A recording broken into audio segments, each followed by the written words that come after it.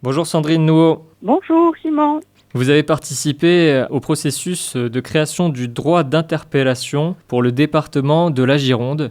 En fait, pour ramener dans le contexte l'actualité locale, c'est parce qu'on a reçu à la radio un mail sur Ça ne tient plus, donc un groupe d'associations qui a fait une manifestation aujourd'hui pour le samedi 11 octobre. Et dans cette cartographie de toutes les actions des associations qui disent que ça ne tient plus, il y a certaines associations qui lancent des droits d'interpellation parce que vous ne le savez peut-être pas, mais en Gironde, il y a cet outil démocratique magnifique qui est le droit d'interpellation. Et Sandrine Nouveau, vous avez participé à sa création, c'est ça ? Oui, tout à fait. Donc, je vais retracer un petit peu mon histoire. Très bien. Notre histoire, puisque c'est un travail vraiment collaboratif et coopératif. Donc, moi, en 2021, j'ai essayé d'aller faire signer des maires pour Clara Heger en Gironde, car je suis animatrice d'un service emploi d'une communauté de communes. Et depuis 10 ans, je vois le monde à l'envers. Des infirmières en face de moi quitter le monde hospitalier. Aujourd'hui, nous n'avons plus d'urgence à Bordeaux.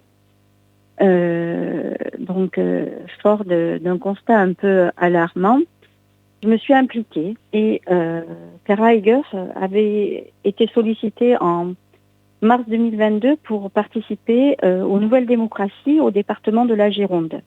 Elle leur a répondu qu'elle allait leur envoyer son équipe de Bordeaux.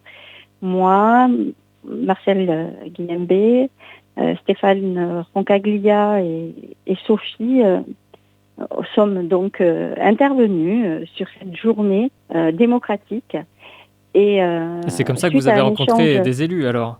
Oui, il y avait donc Monsieur Glaise, le président du département. Et suite à des échanges que nous avions pu avoir avec lui, est né des ateliers, des ateliers à la base, dans un labo d'innovation sociale porté par l'agenda 21. Et on a pu mettre donc ce droit d'interpellation citoyenne en place. Alors, les élus l'ont voté en septembre 2023. En quoi consiste ce droit d'interpellation citoyenne a été saisi par les Girondins contre les frelons asiatiques pour la survie des abeilles. Et plein d'autres interpellations peuvent encore venir à l'avenir. En quoi consiste ce droit d'interpellation des élus ? Par exemple, on connaît tous, par exemple, vous avez vu en 2025 la pétition sur le site de l'Assemblée nationale pour la loi du plomb, qui a eu quand même plus de 2 millions de signataires. En fait, le droit d'interpellation, c'est aussi des signataires sur une plateforme en ligne pour la Gironde. Oui, tout à fait, puisqu'il faut à terme avoir 200 000 signatures pour pouvoir le faire émerger. Donc, tout se fait en ligne. À la base, donc 2 personnes peuvent saisir. Il faut être habitant de la Gironde, mais ensuite il faut que 66 personnes dans les 2 mois. Pour que cette pétition puisse être portée, il faut que à terme elle puisse associer le plus de personnes possible. Il faut arriver à... Ensuite, il faut 2000 signatures sur 5 cantons au minimum en 4 mois. Et à la fin, 20 000 signatures en 10 mois.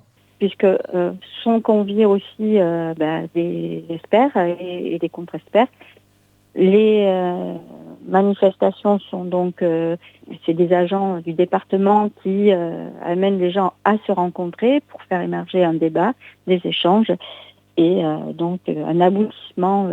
En tout cas, pour le premier droit saisi, il y en a eu 12 qui ont été saisis, mais 12 pour l'instant. Que pouvait porter le département, puisque le département ne peut...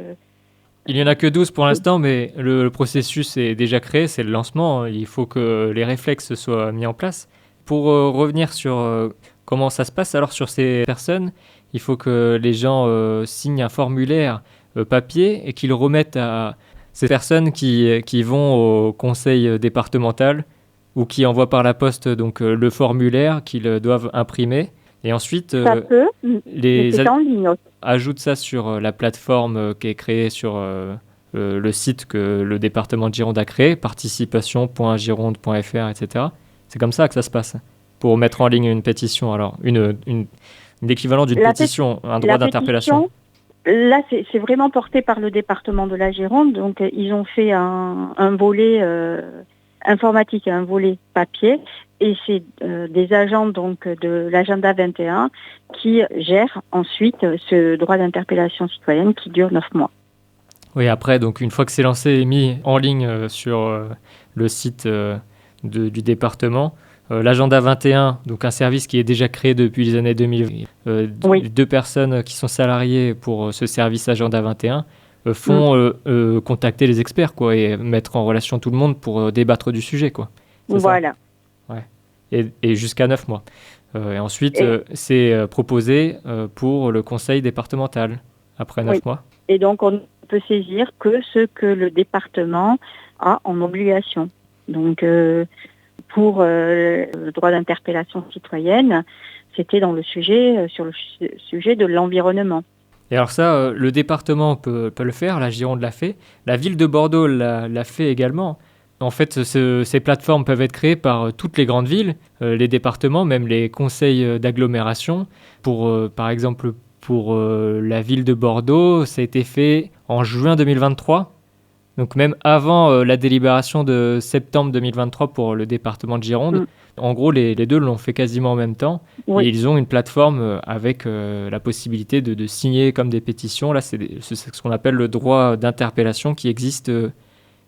Le droit de pétition existe, mais il a mis quand même du temps à être mis en place. Et en fait, d'aller passer des week-ends à faire signer des pétitions sur les marchés, c'est assez chronophage. Et même on s'en est rendu compte pour les votations dans les pays les plus démocratiques, en Suisse, etc., où donc les outils en ligne ont été mis en place. Et forcément, ça aide. Je me pose la question pourquoi ce n'est pas déjà fait.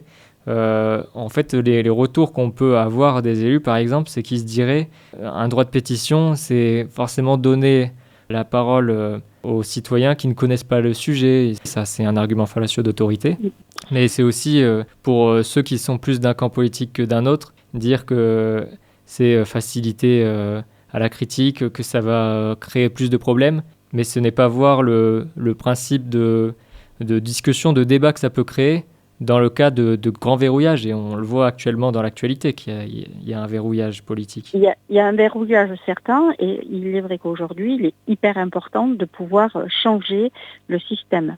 Nous, dans le cadre donc du département de la Gironde, est né le droit d'interpellation citoyenne, né suite à un échange avec Marcel Guillembe.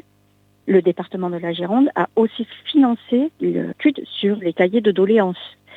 Aujourd'hui, ce que veulent les Girondins, c'est du pouvoir de vivre.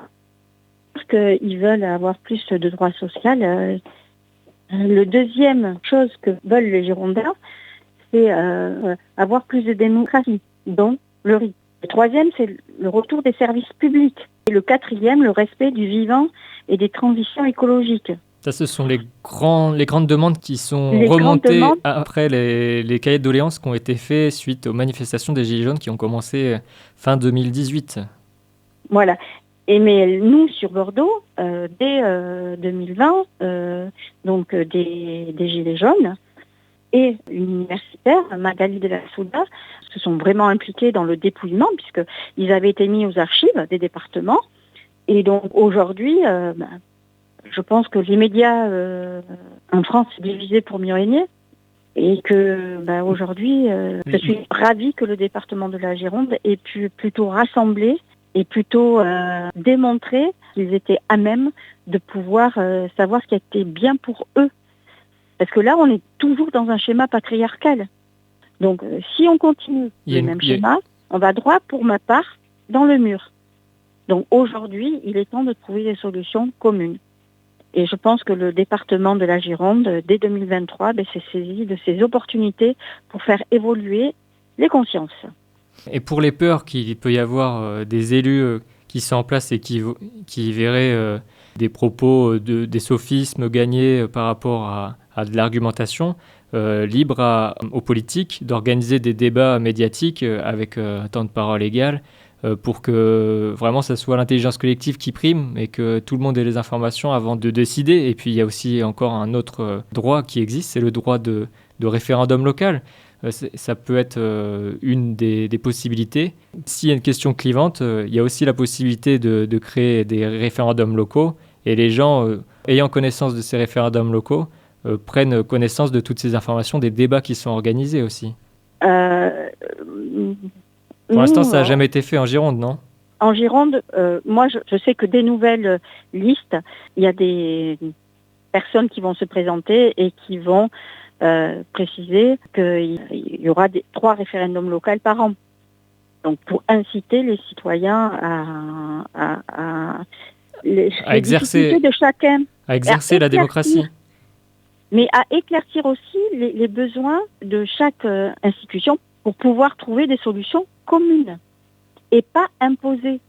Parce qu'aujourd'hui, on est toujours dans ce triangle de Karlmann, sauveur, bourreau, victime, où les gens, quand on devient élu, on a des envies pour pouvoir aider ses administrés. On y passe du temps, on y passe de son énergie.